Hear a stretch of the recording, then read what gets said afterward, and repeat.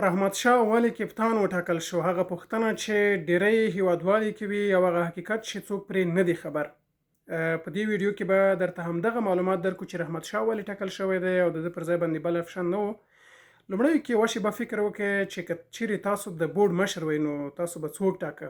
رحمان الله ګربز، ابراهیم ځدران، عظمت عمرزی او که رحمت شاه چې اوس ټاکل شوي دي. البته باید ووایم چې افغانستان کرکټ بورډ د ټیسټ او ورځنۍ لوبې لپاره رحمت شاه لوبډلمشر ټاکلی او مرستیال چې دی رحمان الله ګربز دی. دغه ټاکنه دوی کړې ده او په دې باندې خبرې کوو چې ولې دغه لوبډلمشر ټاکل شوی دی. ستړي مه شئ او هرکلی درته کوو، ویډیو تر پایه پورې راسره وګورئ او معلوماتونه خبر شئ. رحمت شاه چې د دغه افشن لپاره ټاکل شوی دی، لومړی ورته مبارکي وایو، خدای دې وکړي چې د افغانستان لپاره ښې لاسته راوړنې وکړي. ولې وټاکل شو؟ افغانستان کرکټ بورډ که چیرې دی ټاکلی وي دا یو ناڅاپي پرېکړه نه وه، بلکې که چیرته وګورو رحمت شاه د دې نه مخکې 10 کاله شاوخوا د افغانستان لپاره کرکټ ترسره کړی دی او د یو لوبغاړي په حیث باندې بلا زیاته تجربه له ځان سره لري په دغه لانګ فارمټ لوبو کې. او د دې نه علاوه رحمت شاه د مرستیال لوبډلمشر په توګه باندې له حشمت شهیدي سره هم دنده ترسره کړې ده چې په دې اساس باندې هم دې ته ورته په نورو لاملونو چې په لوبډله کې ډېر زیات نږدې پاتې شوی دی. مرستیالي لوبډلمشري ترسره کړې ده، حتی په میدان کې کله کله چې حشمت شهیدي به نه و ده به کپټنسي ترسره کوله. په دې حساب باندې ډېره ښه تجربه هم د ځان سره لري او د لوبډلې هغه د کپټنسۍ په برخه کې چې کوم موارد دي هغې هم ورته معلومات شوي دي چې باید د څه ډول لوبډلمشري ترسره کړي. نو په دې اساس باندې که وګورو ډیری هیوادوال پوښتنه کوي چې ولې رحمت شاه، نو په دې اساس باندې هم تجربه هغه څه دي چې ډیره زیاته مهمه ده او اوس وخت کې د 2020 نړیوال جام را روان دی. رحمت شاه کپټنسي به یو غټ امتحان او ازموینه وي د رحمت شاه لپاره. نو تجربه په دې کې ډیره زیاته مهمه ده چې یو لوبغاړی تجربه کار تاسو سره اوسیږي ترڅو دغسې یو ستر ایونټ ته داخلېدل هم سخت اوسیږي.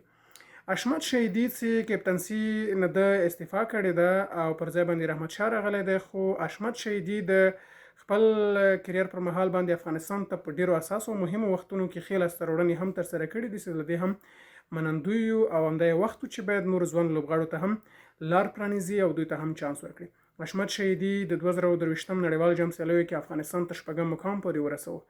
انګلستان، پاکستان، سریلانکا او نیدرلند هغه لوبډلې مهمې ماتې کړې او د رینکینګ په حساب باندې 7 مقام ته هم په لومړي ځل باندې افغانستان لاره پیدا کړه. دې ته ورته په وروستیو کې څو لوبلړۍ هم افغانستان وګټلې ده په مرشۍ کې په ورځنۍ لوبو کې په ځانګړي ډول باندې. نو دا هغه څه چې د رحمت شاه نوې ټاکنه ده او د حشمت شهیدي په زړه پورې دغه لوبې دي چې ریزلټ به دا ووایو چې زمونږ به پوښتنه دا واوسیږي چې آیا رحمت شاه کولی شي د حشمت شهیدي په پرتله باندې یا د حشمت شهیدي په ځای باندې دغه ځایناستی اوسي، یعنې دغه تشه ډکولی شي، دغه په پرتله باندې ښه فعالیت کولی شي او که نه، ځکه چې مهم نړیوال جام را روان دی او د هغې ته چمتووالی پکار دی.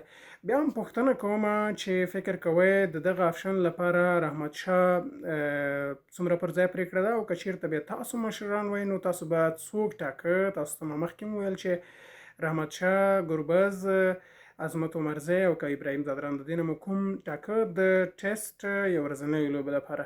نو د دې ترڅنګ د افغانستان راتلونکي مهم ایونټونه چې را روان دي د رحمت شاه دغه ټاکنه تاسو څنګه ارزوئ؟ په کمنټ کې را سره شریکولی شئ، نظر مو را سره کمنټ کړئ او زمونږ ویډیو هم در سره لایک او کمنټ در سره وکړئ او که چېرته هم نوي یاستئ نو زموږ چینل او زموږ پاڼې هم در سره ادرسونه در سره فالو کړئ ترڅو د نورو په زړه پورې مطالبو څخه هم برخمن شئ. نو ډېره زیاته مننه، تر بیا ښې جاري.